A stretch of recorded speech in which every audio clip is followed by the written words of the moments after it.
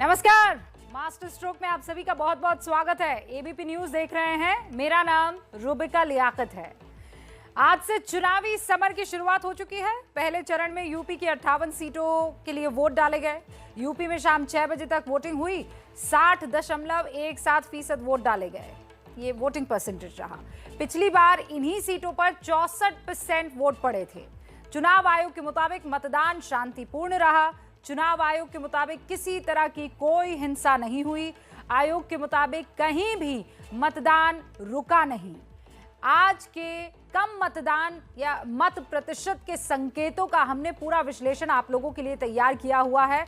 दूसरे फेज की तैयारी भी अब आपको बताने का वक्त आ गया है, लेकिन उससे पहले हिजाब विवाद की बात करना जरूरी है, जिसकी वजह से पाकिस्तान को अपना एजेंडा और प्रोपेगेंडा चलाने का मौका मिल गया है। किस तरह पाकिस्तानी प्रोपेगेंडा का जवाब भारत की तरफ से दिया गया आपको हम दिखाएंगे, लेकिन उससे पहले कर्नाटक हाईकोर्ट ने आज हिजाब विवाद पर क्या कुछ कहा है वो आपको जान लेना बेहद जरूरी है।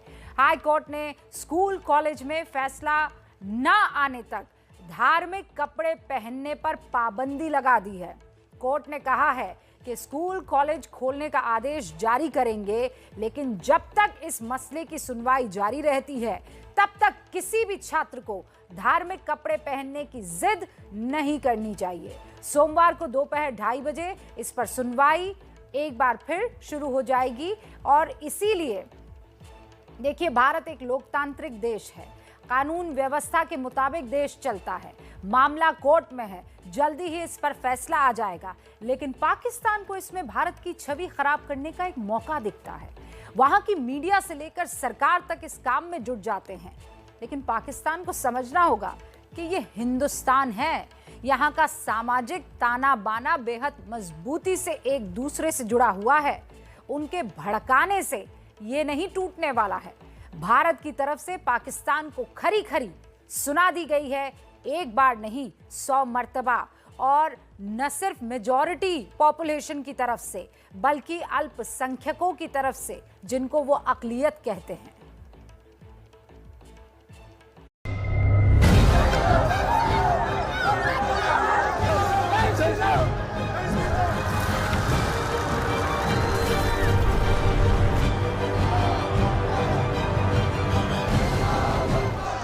कर्नाटक के हिजाब विवाद में अब पाकिस्तान कूदा। भारत के खिलाफ पाकिस्तान का प्रोपेगेंडा वॉर शुरू हो गया है।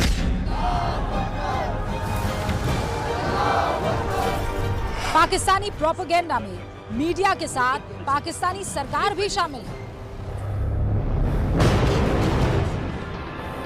फवाद चौधरी के साथ शाह महमूद कुरैशी ने भी भड़काने की कोशिश की। भारत से पाकिस्तान के प्रोपेगेंडा को करारा जवाब मिला। ये देश मेरा, तुम्हारा नहीं, हमारे घर का मामला है। आप इसमें अपनी टांग या अपनी नाक मत अड़ाओ। पाकिस्तान भारत के खिलाफ जहर उगलने का, छोटी छोटी बातों को लेकर साजिश रचने का एक भी मौका हाथ से नहीं जाने देता। कर्नाटक हिजाब विवाद में ऐसा ही हुआ। सबसे पहले आप पाकिस्तानी अखबारों का जहरीला प्रोपेगेंडा देखिए। ये पाकिस्तानी अखबार डॉन है। इसकी हेडिंग देखिए आप। इसमें पूरे विवाद में हिंदुत्व को विलन बनाने की कोशिश की गई। इस पूरे विवाद से आरएसएस को जोड़कर मुस्लिम को भड़काया जा रहा है। अब जरा एक और पाकिस्तानी अखबार द एक्सप्रेस ट्रिब्यून की हेडलाइंस को देखिए।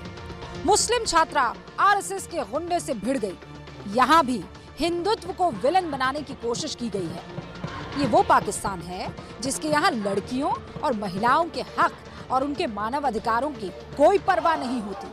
लेकिन जैसे ही भारत में कुछ होता है, उस पर उनकी प्रोपेगेंडा मशीनरी बिजली बनकर तेजी से एक्टिव हो जाती है। उनकी जहरीली सोच इसी से पता चलती है कि इस प्रोपेगेंडा में जब पाकिस्तानी मंत्री शामिल हो जाते हैं। इमरान सरकार में मंत्री फवाद चौधरी अपने ट्वीट में लिखते हैं, मोदी के भारत में जो हो रहा है वो डरावना है। अस्थिर नेतृत्व में भारतीय समाज तेजी से पतन की ओर बढ़ रहा है। किसी भी अन्य ड्रेस की तरह हिजाब पहनना भी व्यक्तिगत पसंद का मामला है। नागरिकों को स्वतंत्र रूप से अपने फैसले लेने का अधिकार दिया जाना चाहिए। अल्लाह अकबर। हिजाब विवाद पर दूसरे पाकिस्तानी मंत्री शाह महमूद कुरैशी भी कूद पड़ते हैं। लिखते हैं, मुस्लिम लड़कियों को शिक्षा से वंचित रखना उनके मानवाधिकारों का उल्लंघन है। ऐसे किसी भी मूलभूत अधिकार से किसी को विमुख करना और उन्हें हिजाब पहनने को लेकर सताना दमनकारी है। दुनिया को निश्चित रूप से समझना होगा कि ये भारत सरकार के मुसलमानों के दमन के प्लान का हिस्सा है। हिजाब पर जैसे ही पाकिस्तान की तरफ से प्रोपेगेंडा शुरू हुआ, भारत की तरफ से इस पर करारा जवाब दिया गया। असद ओवैसी ने चेतावनी भरे लहजे में कहा, ये हमारे घर का मामला है, इसमें टांग मत अड़ाओ। पाकिस्तान के संविधान के लिहाज से कोई गैर मुस्लिम वहां का वजीर आजम प्रधानमंत्री नहीं बन सकता। हम पाकिस्तान के लोगों से कहेंगे, इधर मत देखो, ये देश मेरा है, तुम्हारा नहीं, हमारे घर का मामला है। आप इसमें अपनी टांग या अपनी नाक मत अड़ाओ। लेकिन पाकिस्तान तो पाकिस्तान है।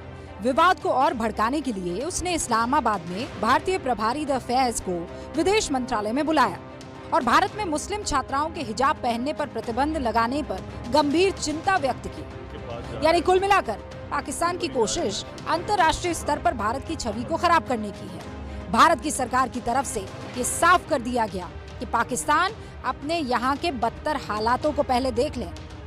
उन्हें अपने चेहरे को देखना चाहिए, अपने गिरेबान में झांकना चाहिए। गर्द उनके चेहरे पे लगी हुई है और वो आईना पूछने की कोशिश कर रहे हैं। इनकी स्थिति ये हो। लेकिन पाकिस्तान और पाकिस्तान की सरकार ये भूल गए हैं कि वहाँ पर लड़कियों और महिलाओं के साथ होता क्या क्या है।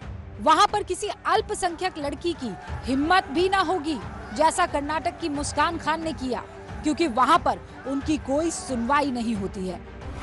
पाकिस्तान को नहीं भूलना चाहिए कि हर साल 1000 से ज्यादा अल्पसंख्यक लड़कियां, जिसमें ज्यादातर हिंदू होती हैं, उन्हें जबरदस्ती इस्लाम कबूल करवाया जाता है।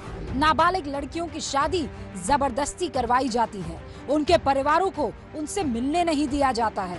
सालों साल वो कोर्ट के चक्कर काटते रह जाते हैं, लेकिन उन्हें इंसाफ नहीं मिलता।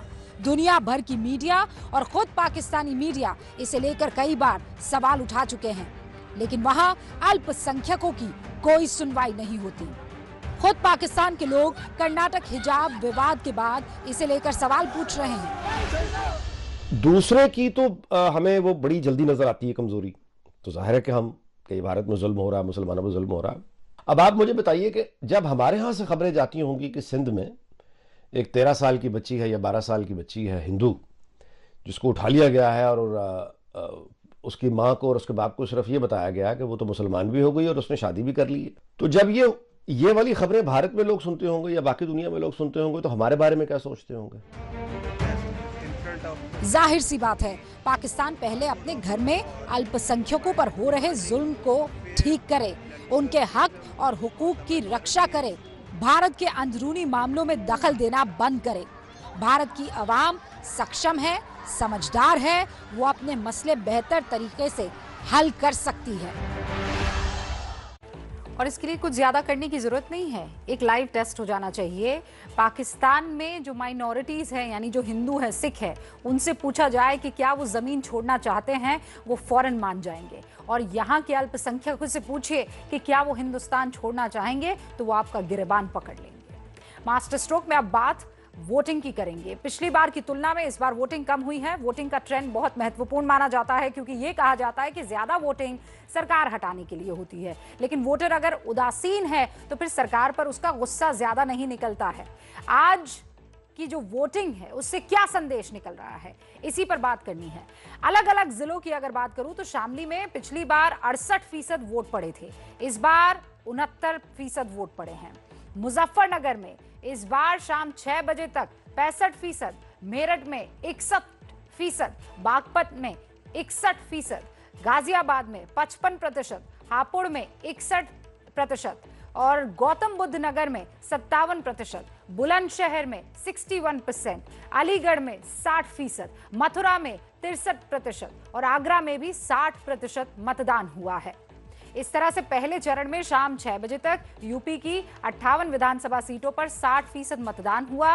पिछली बार लेकिन ये 4% ज्यादा था। पहले चरण में 64% वोट पड़े थे।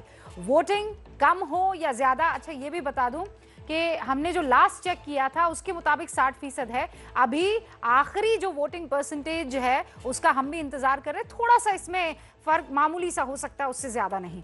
वोटिंग कम हो या ज्यादा, सवाल ये बना हुआ है कि आज पहले चरण में किसको वोट पड़े। ये वोट एक तरफा पड़े हैं या फिर वोटों का बंटवारा हुआ है, क्योंकि यही डिसाइडिंग फैक्टर होगा।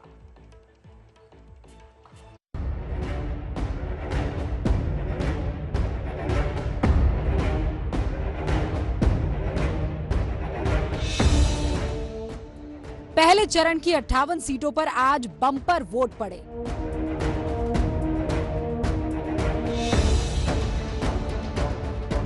शहरों की सीटों में मतदान का प्रतिशत थोड़ा कम रहा, लेकिन ग्रामीण इलाकों की सीटों पर खूब वोट पड़े।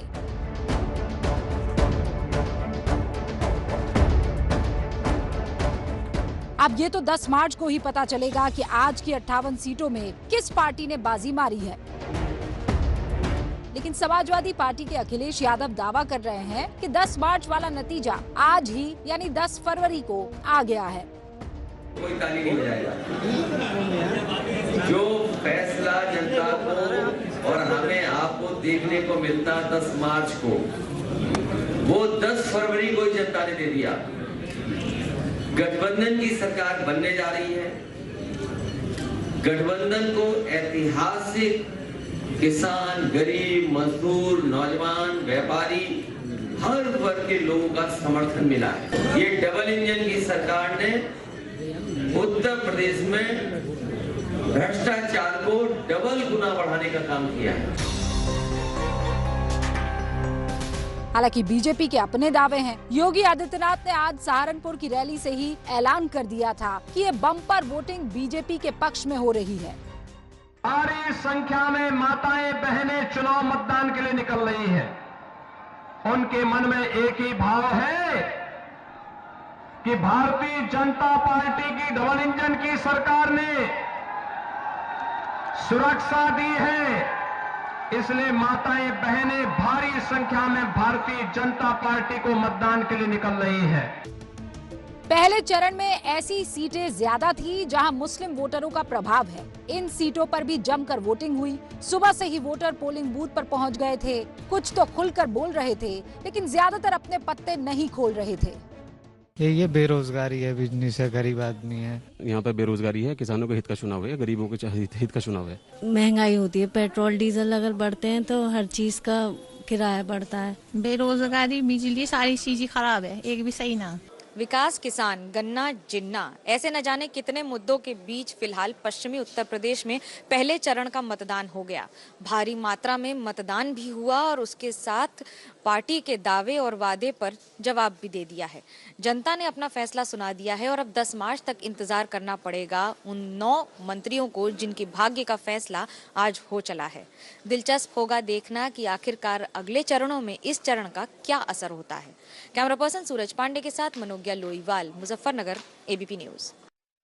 ये पहले चरण की वोटिंग खत्म हो चुकी है और अब पूरा फोकस दूसरे चरण पर हो चुका है। दूसरे चरण में 14 फरवरी यानी सोमवार को वोटिंग होनी है और इसमें 55 सीटों के लिए वोट डाले जाएंगे।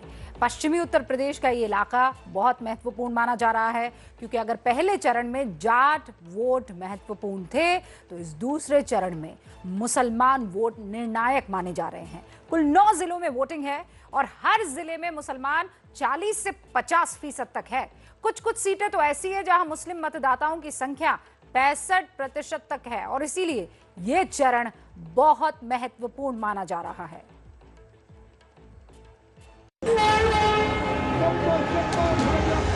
मोदी, नरेंद्र मोदी जिंदाबाद। भारत माता की, भारत माता की।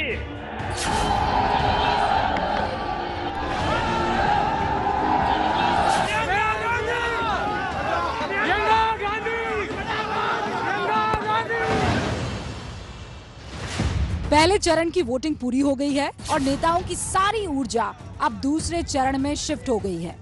सबसे पहले ये देखिए कि दूसरे चरण में किन जिलों में और कितनी सीटों पर वोटिंग है। दूसरे चरण में विधानसभा की कुल 55 सीटों पर 14 फरवरी को मतदान होना है, जिसमें सहारनपुर, बिजनौर, मुरादाबाद, संभल, रामपुर, अमरोहा, बदायूं, बरेली और शाहजहांपुर की सीटें शामिल हैं। पिछली बार यानी 2017 की बात करें तो इन 55 सीटों में बीजेपी का पलड़ा भारी रहा था। पिछली बार इन 55 सीटों में से बीजेपी को 38 सीटें, समाजवादी पार्टी को 15 और कांग्रेस को 2 सीटें मिली थी, जबकि बीएसपी का खाता भी नहीं खुला था। लेकिन इस बार बीजेपी के लिए राहें इतनी आसान नहीं मानी जा रही हैं, क्योंकि ये पूरा इलाका मुस्लिम बहुल माना जाता है। बीजेपी को इसका तजुर्बा लोकसभा चुनावों में हो गया था। हम आपको याद दिला दें कि 2019 के लोकसभा चुनाव में बीजेपी का मुकाबला करने के लिए यूपी में महागठबंधन हुआ था, जिसमें समाजवादी पार्टी, बहुजन समाज पार्टी और इस इलाके में आरएलडी भी शामिल थी। इस पूरे इलाके में इन तीनों पार्टियों ने मिलकर चुनाव लड़ा था। लोकसभा चुनाव में इस इलाके की 11 सीटों में 7 सीटें समाजवादी पार्टी बीएसपी गठबंधन के हिस्से में आई थी। 4 सीटें सहारनपुर, नगीना, बिजनौर और अमरोहा पर बीएसपी जीती थी, जबकि समाजवादी पार्टी को 3 सीटें मुरादाबाद, संभल और रामपुर में जीत मिली थी। बीजेपी को बाकी की 4 सीटें मिली थी।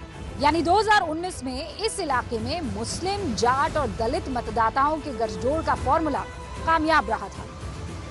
इस पूरे इलाके में मुस्लिम वोटर प्रत्याशियों की जीत हार तय करने में बहुत बड़ी भूमिका निभाते हैं। कुछ सीटें तो ऐसी है जहां मुस्लिम वोटर 65% तक हैं। मुरादाबाद की 6 में से 5 सीटों पर 50 से 55% तक मुस्लिम मतदाता हैं। बिजनौर की 8 सीटों पर 40 से 50% मुस्लिम वोटर हैं। रामपुर की 5 सीटों पर 50% मुस्लिम वोट हैं। संभल में 4 सीटें हैं, यहाँ यादव और मुस्लिम वोट 60% से ज्यादा हैं। बरेली में 8 सीटों पर 40% तक मुस्लिम मतदाता हैं। अमरोहा की 4 सीटों पर 50% मुस्लिम वोटर्स हैं, जबकि बदायूं की 6 सीटों में 40 से 45 तक मुस्लिम वोटर्स हैं। यही वजह है कि बीजेपी को छोड़कर बाकी सभी पार्टियों ने काफी मुस्लिम उम्मीदवारों को टिकट दिया है। बीजेपी गठबंधन की तरफ से अपना दल ने रामपुर से एक मुस्लिम प्रत्याशी को उम्मीदवार जरूर बनाया है, जबकि समाजवादी पार्टी के गठबंधन ने 20 मुस्लिम प्रत्याशी बनाए हैं। बीएसपी ने 23, जबकि कांग्रेस ने 20 मुस्लिम उम्मीदवारों को टिकट दिया है। हालांकि इस बार समाजवादी पार्टी, बीएसपी और कांग्रेस तीनों ही अलग अलग चुनाव लड़ रहे हैं। साथ ही एआईएमआईएम के असदुद्दीन ओवैसी भी चुनावी मैदान में हैं। ऐसे में राजनीतिक समीक्षक मान रहे हैं कि मुस्लिम वोटों का बिखराव होगा, जिसका सीधा फायदा भारतीय जनता पार्टी को मिल सकता है। देखिए, ये बात सही है, बीजेपी के सामने चुनौती है, लेकिन ऐसी ही चुनौती लोकसभा चुनावों में भी थी। इस इलाके में भले ही बीजेपी हारी हो, लेकिन ओवरऑल यूपी की अगर बात करें तो बीजेपी क्लियर विनर बनकर उभरी। बीजेपी को इस बार भी ऐसी ही उम्मीद है। अगर इस इलाके में कुछ सीटें कम हो भी गई तो फिर यूपी के दूसरे हिस्सों में उसकी भरपाई करने की कोशिश होगी, और इसीलिए बीजेपी इस इलाके में कैंपेनिंग में एक ही सवाल उठा रही है, और वो है कानून व्यवस्था, law and order. Samajwadi party के दागी प्रत्याशियों का भी जिक्र बार बार कर रही है, क्योंकि समाजवादी पार्टी के 52 में से 35 उम्मीदवार दागी है, कांग्रेस के 54 में से 23, बीएसपी के 55 में से 20 और बीजेपी के 53 में से 18 उम्मीदवार दागी हैं। यानी समाजवादी पार्टी के पास बीजेपी की तुलना में ठीक 2 गुने उम्मीदवार दागी प्रवृत्ति के हैं, और इसीलिए बीजेपी कैंपेन में भी यही माहौल बनाती हुई दिखाई दे रही है। ये जो आप चाहते हैं, इसके लिए योगी जी काम कर रहे हैं, तो कहते हैं देखो योगी जी ने उसको जेल में डाल दिया, उसको जेल में डाल दिया, तो क्या उसको महल में भेजे क्या? क्या उसको महल में भेजे क्या? भाइयों बहनों, पहले यहां क्या स्थिति थी, ये आप लोग मुझसे ज्यादा जानते हैं। बड़े बड़े माफिया और अपराधी जो पहले सत्ता के संरक्षण में रह करके उत्तर प्रदेश के व्यापारियों का, आम नागरिकों का जीना हराम करते थे, जो गुंडे और सौदे बेटियों की सुरक्षा के लिए खतरा बने हुए थे, आज मैं 5 साल के बाद कह सकता हूं ये अपराधी और माफिया आज उत्तर प्रदेश की धरती से या तो छोड़ करके जा चुके हैं या उत्तर प्रदेश सरकार की बुलडोजर ने उनको ठिकाना लगाने का काम भी कर दिया है। सटे गुरुग्राम में एक 22 मंजिला हाउसिंग सोसाइटी में पहले एक घर की छत गिरी और फिर उस छत का मलबा नीचे की कई मंजिलों को तोड़ता हुआ चला गया। इमारत जबकि वैसी की वैसी खड़ी है। मौके पर एनडीआरएफ की टीम पहुंच चुकी है। यह हादसा गुरुग्राम के सेक्टर 109 की पैराडीसो हाउसिंग कॉम्प्लेक्स में हुआ है। चश्मदीदों के मुताबिक छत के मलबे से नीचे की 4 मंजिलें क्षतिग्रस्त हो गई है। ये तस्वीरें टेलीविजन स्क्रीन पर आपके सामने है। मनोज मेरे सहयोगी मेरे साथ जुड़ चुके हैं, उनका रुख करेंगे। मनोज, ये हादसा हुआ कैसे? मतलब छत गिर गई, बिल्डिंग पूरी की पूरी वैसे ही खड़ी हुई है, बाकी बिल्डिंग्स को नुकसान पहुंचाया है, कैसे? जी बिल्कुल, देखिए जो अभी तक जो जानकारी मिल रही है उसके मुताबिक जो चश्मदीद है उनका ये कहना है कि जो छठा फ्लोर था बिल्डिंग का, यानी कि ये आपको बताना चाहूंगा कि 22 माले की पूरी बिल्डिंग है, लेकिन छठा जो माला था इसका जो फ्लोर था वो नीचे गिरा है। यानी कि हम ये कह सकते हैं जो लेंटर था वो नीचे गिरा, उसके बाद बाकी के जो फ्लोर थे वो सेम उसी पोजीशन में नीचे की तरफ गिर गए हैं। यहाँ पर एनडीआरएफ की टीम पहुंच चुकी है, पूरा प्रशासन यहाँ पर पहुंचा हुआ है। आखिरकार अभी कितने लोग इसमें दबे हुए हैं, लेकिन मैं आपको इतना जरूर बताना चाहूंगा कि रेजिडेंशियल आपको रोक रही हूँ, कॉम्प्लेक्स मेरे साथ ही बने रहिएगा आप। कुछ और जानकारी आपसे हासिल करनी है, लेकिन चश्मदीद क्या कह रहे हैं वो सुनवा देते हैं एक बार। पता नहीं 5:30 बजे 5:30 बजे मैं बालकोनी में ही खड़ी थी। जी, क्या हुआ था फिर मैम? उसके बाद क्या हुआ था मैम? बस मेरे को देखा नहीं गया। अच्छा, तो कितने फ्लैट मैम गिर गए थे? 4, 5, 6 भी मंजिल से है। ये तकरीबन 6 बजे के आसपास का हादसा है। ये टावर डी टावर का है। 3150 का साइज इसका, 4 बेडरूम विला सर्वेंट, जो 6 फ्लोर से लेके और ये फर्स्ट फ्लोर तक के जो भी आपका ड्राइंग का एरिया है वो सारा बिल्कुल एक झटके के साथ नीचे आ गया है और धीरे धीरे करके अभी भी वो शायद गिर ही रहा है। वो आप चश्मदीद जो वहाँ पर मौजूद थे उनको सुन रहे थे। एक महिला मेरे ख्याल से बहुत ज़्यादा शॉक में थी, बहुत ज़्यादा ज़ख्मी भी वो नज़र आ रही थी। उनको कोई शायद अस्पताल में ले जा रहा था फर्स्ट एड के लिए, लेकिन उन्होंने ये बताया कि मुझसे देखा नहीं गया। छठे मंजिल से एक साथ भरभरा कर ये सारी की सारी एक के बाद एक फ्लोर जो हैं वो नीचे धंसते चले गए। और ये देखिए एनडीआरएफ की टीम पहुंच चुकी है रेस्क्यू के लिए। आपको तस्वीरें दिखाई दे रही है। मनोज मेरे सहयोगी भी वहीं पर मौजूद है। मनोज, तो फिर बाकी बिल्डिंग्स को बिल्डिंग में रहने वाले बिल्डिंग में रहने वाले जो रेजिडेंट्स हैं उनको भी निकाल दिया गया होगा अभी तो? जी बिल्कुल, देखिए जो ऊपर के फ्लोर्स थे जिन पर लोग रह रहे थे उन सभी पूरी की पूरी, आपको बताना चाहूंगा डी टावर है ये डी टावर में हुआ था और डी टावर को पूरा खाली करा लिया गया है, क्योंकि जिस तरीके से हादसा हुआ है ये 6ठी मंजिल से हादसा हुआ। 6ठी मंजिल का जो फ्लोर था वो गिरा है पहले, और उसके बाद जितने बाकी के फ्लोर थे जो चश्मदीदों का कहना है कि बाकी के फ्लोर भी गिरते चले गए। लेकिन इसमें अभी कितने लोग अंदर दबे हुए हैं और कितने लोग फंसे हुए हैं ये जानकारी प्रशासन की तरफ से भी नहीं दी जा रही है। एनडीआरएफ की टीम यहाँ पर पहुंच चुकी है, एनडीआरएफ के जो अधिकारी हैं वो यहाँ पर पहुंच चुके हैं। रेस्क्यू ऑपरेशन यहाँ पर लगातार चल रहा है, लेकिन आधिकारिक तौर पर कोई कुछ बताने के लिए अभी तक तैयार यहाँ पर नहीं है। और करीब 6 बजे करीब ये हादसा हुआ था और जो जानकारी मिल रही है कि कुछ लोग घायल भी हुए हैं जिनको यहाँ से अभी नजदीकी अस्पताल में भर्ती कराया गया है।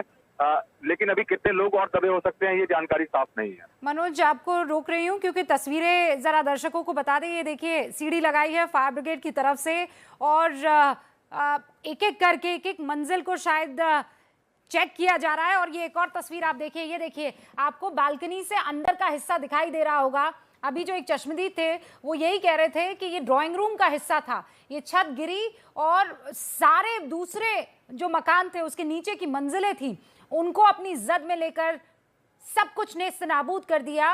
ये तस्वीरें इस वक्त एबीपी न्यूज पर आप देख रहे हैं। ये वो छत है जो गिरी, ड्राइंग रूम का ये इलाका है। 3100 स्क्वायर फीट का ये पूरा का पूरा जो फ्लैट का एरिया बताया जा रहा है उसमें छत गिरी उस इलाके की जहां पर ड्राइंग रूम बना हुआ है। और 6ठी मंजिल से ये छत गिरना शुरू हुई और बाकी सबको अपनी जद में लेकर गई नीचे तक। क्या लोग इसमें दबे हुए हैं, क्या लोग फंसे हुए हैं, ये अभी जानकारी नहीं मिल पाई है, लेकिन रेस्क्यू टीम लगातार पता लगाने की कोशिश कर रही है कि कोई फंसा तो नहीं है, कोई दबा तो नहीं है। मनोज मेरे सहयोगी ग्राउंड जीरो पर मौजूद है। मनोज, आप कह रहे हैं आधिकारिक पुष्टि, आधिकारिक बयान कहीं से भी नहीं मिल पा रहा है, लेकिन आसपास लोग क्या बता रहे हैं, बिल्डिंग और सोसाइटी के वॉचमैन क्या बता रहे हैं, अब आप हमको स्क्रीन पर दिखाई भी दे रहे हैं मनोज। जी बिल्कुल, देखिए यही वो टावर है, यहाँ से आपको दिखाना चाहूंगा। टावर यहाँ से तो नजर नहीं आ रहा है, यहाँ पर डी टावर था जिसके अंदर ये पूरा का पूरा हादसा हुआ। जो वो काफी यहाँ पर नाराज भी हैं क्योंकि सोसाइटी के अंदर मीडिया को जाने नहीं दिया जा रहा है। जो कुछ लोग यहाँ पर मौजूद हैं उनसे बात करने, आपको क्या जानकारी मिली है, क्या हुआ है अंदर? हम तो अभी आए हैं, ये पीछे पूरी बिल्डिंग नीचे धस गई है 4-5 मंजिल तक, और अभी यहाँ इतने गुंडागर्दी दिखा रहे, बोला यहाँ प्रसाद बट रहा है। मतलब क्या हमने क्राइम कर दिया क्या कुछ? यहाँ पे जितनी सोसाइटी नेटवर्क की देखिए थोड़ी सी दिक्कत हो सकती है। धस जाती सारी। अभी ये यहाँ पे गुंडागर्दी और दिखा रहे, ना किसी को अंदर जाने दे रहे हैं, बोल रहे भागो यहाँ से, यहाँ प्रसाद नहीं बट रहा। किस लिए आए हो तुम यहाँ? डॉक्टर साहब आपको जानकारी क्यों नहीं दे रहे अंदर क्या हुआ है, बताइए तो सही। और आप लोग अंदर भी नहीं जाने चाहिए ना, कोई आप अंदर भी नहीं। पहले भी साइड पे हमने पहले भी ऐसी, तो आप जानकारी तो दीजिए अंदर हुआ क्या है। आप बताइए तो सही क्या हुआ है। हमें नहीं पता, हम गेट पे ही हैं, पुलिस वाले हमें भी नहीं जाने दे रहे अंदर।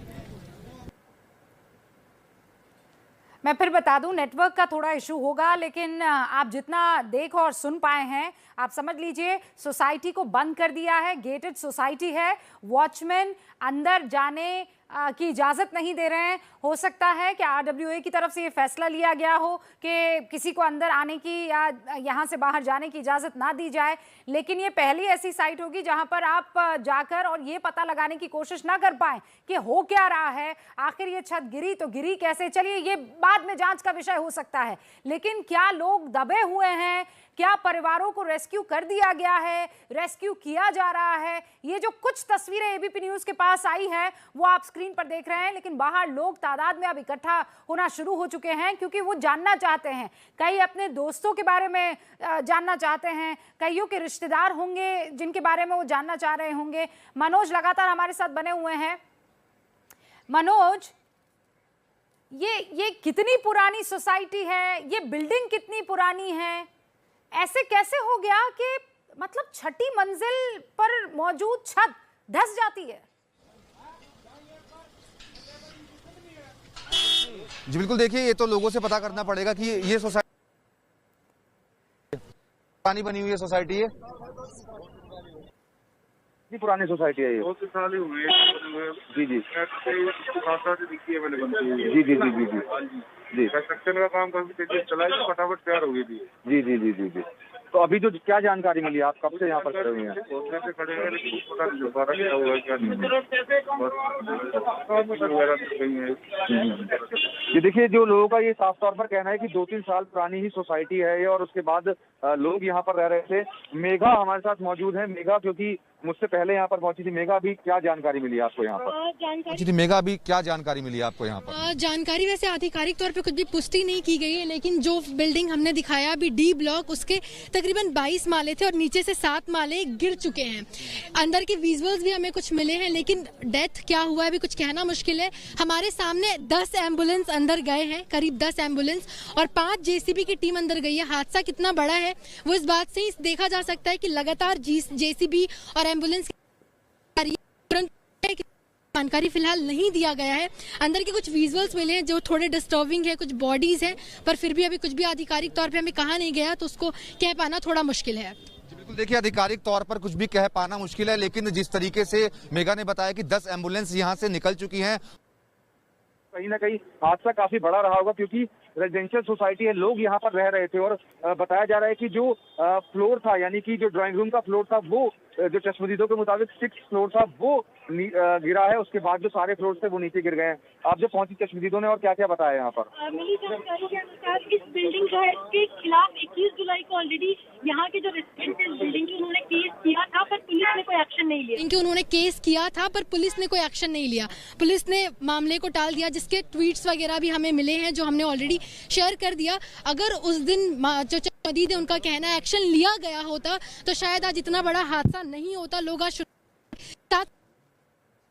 के खिलाफ, उनके जो स्ट्रक्चर है उसके खिलाफ भी कंप्लेन किया गया है। इस बात से स्थानीय काफी नाराज है कि बार बार शिकायत करने के बावजूद कोई एक्शन नहीं लिया गया। अगर लिया गया होता तो शायद आज जितने लोग जो घटना हुई है वो लोग सुरक्षित होते।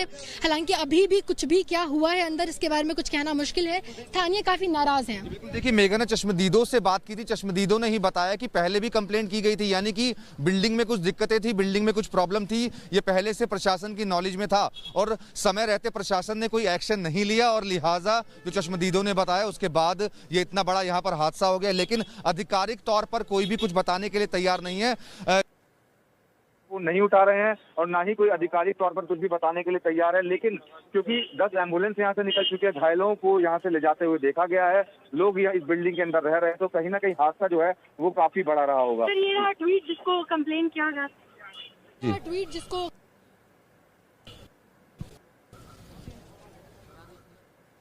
मैं फिर आपको जानकारी दे देना चाहती हूं कि मनोज जहां पर मौजूद हैं वहां नेटवर्क का इशू है, लेकिन हम पूरी कोशिश कर रहे हैं कि आपको पल पल की जानकारी वहां से पहुंचाई जा सके। लेकिन देखिए, पूरा का पूरा मामला बड़ा पेचीदा दिख रहा है, बड़ा सीक्रेटिव सा है, कोई कुछ बोलने को राजी नहीं हो रहा है। दरवाजे बंद कर दिए गए हैं सोसाइटी के। कहा यह जा रहा है कि शिकायतें सोसाइटी को लेकर, बिल्डिंग को लेकर, जिस प्रकार से मेंटेन उसे किया जा रहा था उसे लेकर शिकायतें की जा रही थी। ट्वीट बाकायदा जो है मेघा बता रही है, मनोज वहां पर मौजूद है और ये देखिए भीड़ लगातार बढ़ती चली जा रही है। मनोज, मैं आपके पास आऊं उससे पहले ये तस्वीरें मैं दिखा देना चाहती हूँ। ये सोसाइटी के बाहर की तस्वीरें, थोड़ा आप आगे की तरफ नज़र अगर घुमाएंगे तो आप देखिए पैराडीसो लिखा हुआ है, वहाँ वो गेटेड सोसाइटी है। तो ये सर्विस लेन दिखाई दे रहा है और सर्विस लेन के उस साइड जो है वो 2 सोसाइटी साथ में लगी हुई है। एक जिसके विजुअल्स आप बार बार देख रहे हैं, ये इसी साइड पर, यानी स्क्रीन के लेफ्ट हैंड साइड पर, और राइट हैंड साइड पर वो सोसाइटी है। ये तो दरवाज़ा जो खुल रहा है ये एम्बुलेंस के लिए खुल रहा है। वहाँ जो पुलिस के अधिकारी, एनडीआरएफ के जो लोग हैं वो पहुँच रहे हैं, उनके लिए ज़रूर गेट खोला जा रहा है, लेकिन मीडिया कर्मियों के लिए ये गेट बंद है। किसी को अंदर जाने की अनुमति नहीं है, ना कोई बाहर आकर किसी तरह की कोई जानकारी दे रहा है, ना RWA की तरफ से, ना कोई रेजिडेंट वहाँ का जो है वो हमें कुछ बता पा रहा है। लेकिन चश्मदीद जितना कुछ 6 बजे उन्होंने अपनी आंखों के सामने देखा वो बताया। मनोज वहाँ पर मौजूद है। मनोज, कोई रेजिडेंट, कोई वहाँ जो रहने वाला है, कोई फ्लैट ओनर, कोई ऐसा बाहर नहीं दिखाई दे रहा है? और अगर सोसाइटी बड़ी है तो ये सब क्या अभी भी सोसाइटी के अंदर है? में रहते हैं? इसी सोसाइटी में मेरा कजन रहते हैं, उनके साथ ही मैं रहता हूँ यहाँ पे। अच्छा, उन्हीं के साथ आप रहते हैं। हाँ सर, जी। कितने बजे के आसपास हादसा है और एग्जैक्टली क्या हुआ था यहाँ पर? मैं तो बाहर था, थोड़ी देर बाद मेरे पास घर से फ़ोन आया यहाँ पे अंकल का कि ऐसे ऐसे हो गया है। तो मैंने अभी जाके देखा तो प्रशासन बड़ी तत्परता से अपना काम कर रहा है वहाँ पे। एनडीआरएफ की टीम भी अपना रोल प्ले कर रही है और 4th फ्लोर से गिरना शुरू हुआ था, तो और वो गिरते गिरते मेरे ख्याल से वो 1st फ्लोर पे आके रुका हुआ है। 1-2 लोगों के इंजर्ड होने की और डेथ होने की आशंका है। क्या कुछ लोगों की दबे होने की भी आशंका है? हाँ, डेफिनेटली है, क्योंकि सोसाइटी है तो परिवार तो रह ही रहे थे। कितने फ्लोर का जो लेंटर है वो गिरा है? आई थिंक 3 फ्लोर का लेंटर गिरा है। हाँ। कुछ काम चल रहा था शायद, हाँ। लेबर लगी हुई थी। हाँ। और उसके बाद में एक वो ऊपर से नीचे से 1 बाय 1 3 फ्लोर के जो ग्राउंड हॉल होता है, ये 3 BHK के फ्लैट हैं, तो हॉल गिरना शुरू हुआ और वो आके ग्राउंड फ्लोर तक रुका है। तो इसमें 4 फ्लोर आई थिंक डैमेज हुए हैं। 4 फ्लोर में कितने खाली थे और कितने भरे हुए थे? बताया जा रहा है कि 2 अभी खाली हैं उसके अंदर, तो आई थिंक सो कि सिर्फ 2 में फैमिलियाँ रह रही थी। 2 में फैमिलियाँ हैं? हाँ। तो कितने लगभग लोग होंगे उस फैमिली के? कुछ अंदाज़ा आप लोगों की कभी उनसे बातचीत हुई हो? हाँ, आई थिंक सो कि वहाँ पे एक अंकल आंटी रहते हैं और 1st फ्लोर पे कोई एक आंटी बताई जा रही है। अच्छा, आपके हिसाब से 3? हाँ, मेजरली 3 और 4 लोग ही। मेजरली 3 और 4। टाउन प्लानर AK जैन हमारे साथ जुड़ चुके हैं। जैन साहब, ये क्या हुआ होगा? बस एक जो चश्मदीद ने इम्पोर्टेंट एडिशन किया है वो ये है कि काम चल रहा था, 6ठी मंजिल से छत गिरती है, गिरते गिरते पहले फ्लोर पर जाती है। हाँ हाँ, असल में ऐसा होता है कि जो रीइंफोर्समेंट होता है ना, रीइंफोर्समेंट में कुछ ना कुछ कमी रह गई होगी, और क्योंकि इसको तो देख के बताना पड़ेगा कि क्या बीमारी थी, क्या किस लिए हुआ है। पर जहाँ तक मुझे लगता है रीइंफोर्समेंट में कमी हो गई होगी, इसीलिए है ना वहाँ पर जो एक ही छत गिरी है या एक ही पोर्शन की छत गिरी है। पूरी छत गिर जाती है अगर इस पे रीइंफोर्समेंट के अलावा कुछ और कमी होती तो। नहीं जैन साहब, रीइंफोर्समेंट जो है वो तो छठे से एकदम नीचे तक की फ्लोर तक आया होगा ना, एक ही कंस्ट्रक्टर होगा जिसने उसे बनाया होगा, तो कहाँ फिर गड़बड़ी हो गई कि वो पूरे के पूरे 6 मंजिल अपने लेके और वो छत जो है नीचे गिर जाती है? हाँ, नहीं वो उसमें ऐसा करते हैं कि जब स्टील का रीइंफोर्समेंट का डिजाइन करते हैं ना, तो एक फ्लोर का करते हैं और वो रिपीट होता रहता है।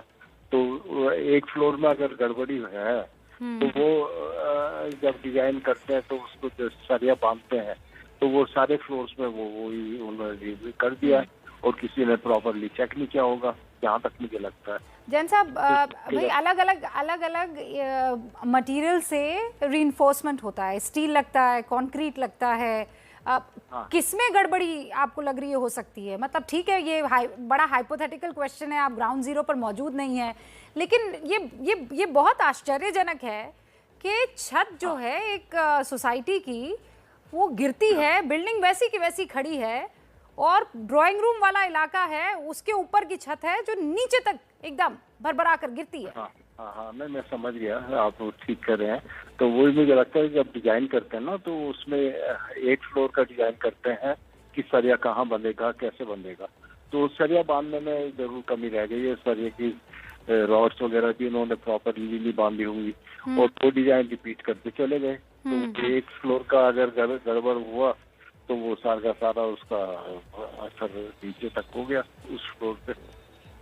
जी जैन साहब, बहुत बहुत शुक्रिया थोड़ा आसान शब्दों में इसे समझाने के लिए, बताने के लिए कि क्या हो सकता है। रीइंफोर्समेंट में कहीं ना कहीं कोई खामी रही होगी जिसकी वजह से देखिए उसको फिर आप समझ लीजिए कॉपी किया जाता है। पहले फ्लोर पर जैसे बन गया उसके बाद उसे ऊपर जो है उसी ढांचे को, उसी सांचे को कंप्लीट किया जाता है, और वो जो पहला सांचा जो ओरिजिनल है उसमें कुछ खामी रही होगी, इसकी वजह से ये हादसा हुआ है। अभी तक जो टाउन प्लानर AK जैन जो है वो हमें बता रहे। जैन साहब बहुत बहुत शुक्रिया। मनोज मेरे सहयोगी मेरे साथ बने हुए हैं। मनोज, मैं आपके पास आऊं उससे पहले सारी बिल्डिंग खाली करा के सील कर दी गई है। NDRF की टीम जो है अंदर जा रखी है, बिल्डिंग सील कर दी है, NDRF की टीम जो है वो अंदर मौजूद है, रेस्क्यू ऑपरेशन चल रहा है। सारे नीचे फर्स्ट फ्लोर तक आ गए हैं ड्राइंग रूम के, और उस फ्लोर कॉमन बाइक पुलिस ने निकाल दिया। तो कितने लोग होंगे सर? मतलब 7 फ्लोर 6? शाम का टाइम था, सब लोग नीचे वॉक कर रहे थे। कुछ घर में 2-4 बुजुर्ग हैं, एक लेडी है, मेरी बात हुई है, वो भी। लगभग कितने समय से शुरू हो रहा है? 6:15 बजे की दी। तो पहले भी आपने कंप्लेंट किया, क्या दिक्कत क्या आ रही थी बिल्डिंग में? बिल्डिंग धंसती जा रही है धीरे धीरे। कंप्लेंट पूरी सोसाइटी ने कर रखी है, मेरी अकेले ने नहीं करी, पूरी सोसाइटी ने। आप कौन से फ्लोर पे रह रहे थे? मैं 16वें पे रहता हूँ, D16 जेकर करने इसी टावर में। जी, तो जब आप गए थे अंदर तो फिर आपने देखा क्या, एक बार और बता दीजिए। देखना क्या यार, वो तो सामने वो गिरा हुआ है, और जाके देखा तो उसमें 1 फ्लोर से 2 फ्लोर 3 फ्लोर 4 फ्लोर 5 फ्लोर ऐसे 6ठे फ्लोर से नीचे गिरी है। ये ड्राइंग रूम का हिस्सा था। और इन लोगों ने क्या किया, अभी ये फ्लैट बेचा है, उसमें रेनोवेशन का काम करा रहे थे। 6ठे फ्लोर से 6ठे फ्लोर का लिंटर ड्राइंग रूम का गिरा है, उससे नीचे वो वजन नहीं लिया, फिर सारा ये सोसाइटी में रहने वाले कोई शख्स हैं जो बता रहे हैं कि बिल्डिंग धंसती चली जा रही थी।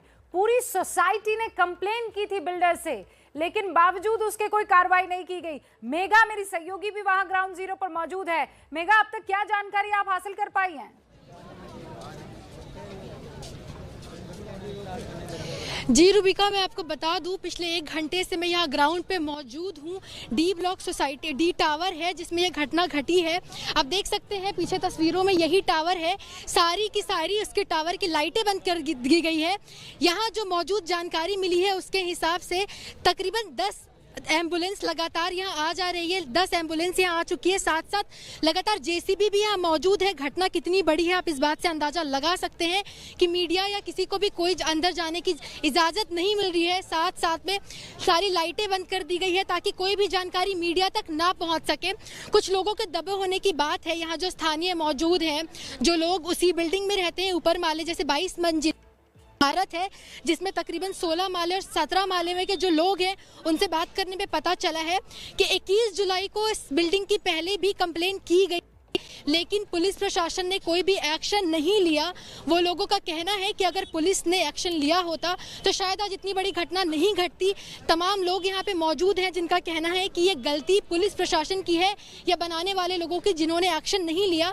फिलहाल कोई भी जानकारी कितने लोगों की क्या मतलब कितने लोग सुरक्षित हैं, कितने लोग मलबे के अंदर दबे हैं, इसके बारे में आधिकारिक तौर पर अभी तक पुष्टि नहीं हो पाई है। मिली जानकारी के अनुसार तकरीबन 6-7 लोग फंसे हैं, पर पुलिस प्रशासन ने इसको लेकर के अब तक खुलकर बात नहीं की है। ये स्थानीय लोग या फिर यहाँ जो लोग मौजूद हैं उनका कहना है। जो ऊपर के माले में 15-16वें माले में जो लोग रहते हैं वो बता रहे हैं कि नीचे कुछ लोग फंसे हुए। साथ साथ में कुछ विजुअल्स भी जो हमें मिले हैं उसके आधार पे यही है कि कुछ लोग अंदर फंसे हुए हैं, पर खुलकर अभी ये कह पाना कि अंदर कितने लोग हैं फिलहाल मुश्किल होगा। जी रूबिका। अच्छा मेघा, जब आप सारी जानकारी दे रही थी और मनोज भी अब स्क्रीन पर हमें दिखाई दे रहे हैं, जब आप ये सारी जानकारी दे रही थी तो मैंने इस सोसाइटी का नाम जो है वो टाइप करके देखा, तो इसमें जो फ्लैट 3 BHK जिसका बार बार जिक्र हो रहा है वो 1785 स्क्वायर फीट का अगर आप फ्लैट खरीदने जाए तो लगभग 1.5 से 1.25 करोड़ जो है इसकी कीमत है। यानी ये कोई छोटी मोटी सोसाइटी नहीं है मनोज, ये बड़ी सोसाइटी है, महंगी सोसाइटी है। और अगर यहाँ पर लोग रह रहे हैं और उनको परेशान होना पड़ता है कि बिल्डिंग धंस रही है, कोई सुनवाई कर लो, ये अपने आप में हैरान करने वाली बात है। जी बिल्कुल रूबिका, अपने आप में हैरान करने वाली बात है। और जो चश्मदीद हमारे साथ मौजूद थे उनसे हमने बात की तो उन्होंने कई चीज़ें क्लियर की हैं। वो चश्मदीद जो यहाँ पर मौजूद थे वो डी टावर में ही रहते हैं। उन्होंने साफ तौर पर यह बताया कि जब उन्हें जानकारी मिली वो यहाँ पर पहुंचे और उन्होंने देखा जो फ्लोर था वो अभी रेनोवेशन का उसमें काम चल रहा था, उन्होंने चश्मदीद ने हमें बताया। क्योंकि आपको इस बात का अंदाजा नहीं लग पाएगा, वो नेटवर्क का बड़ा इशू आ रहा है। तो जहां आप मौजूद हैं अगर वहीं पर रहेंगे, मैं जानती हूँ आप तस्वीरें हमें दिखाना चाह रहे हैं, लेकिन जहां आप मौजूद हैं क्योंकि वहां से हम नेटवर्क और कनेक्शन जो है स्ट्रांगली कनेक्ट कर पा रहे हैं। मैं बस कुछ देर के लिए रुक रही हूँ मनोज, फिर अपनी बात आप कंप्लीट कर लीजिएगा। बड़ी खबर है, गुरुग्राम में ये सेक्टर 109 बताया जा रहा है, जहां पर एक सोसाइटी में छत गिर गई है, 6ठी मंजिल से गिरी और ये नीचे पहले फ्लोर तक पहुंची है। क्या लोग दबे हुए हैं कि नहीं, अभी तक ये भी जानकारी नहीं मिल पाई है।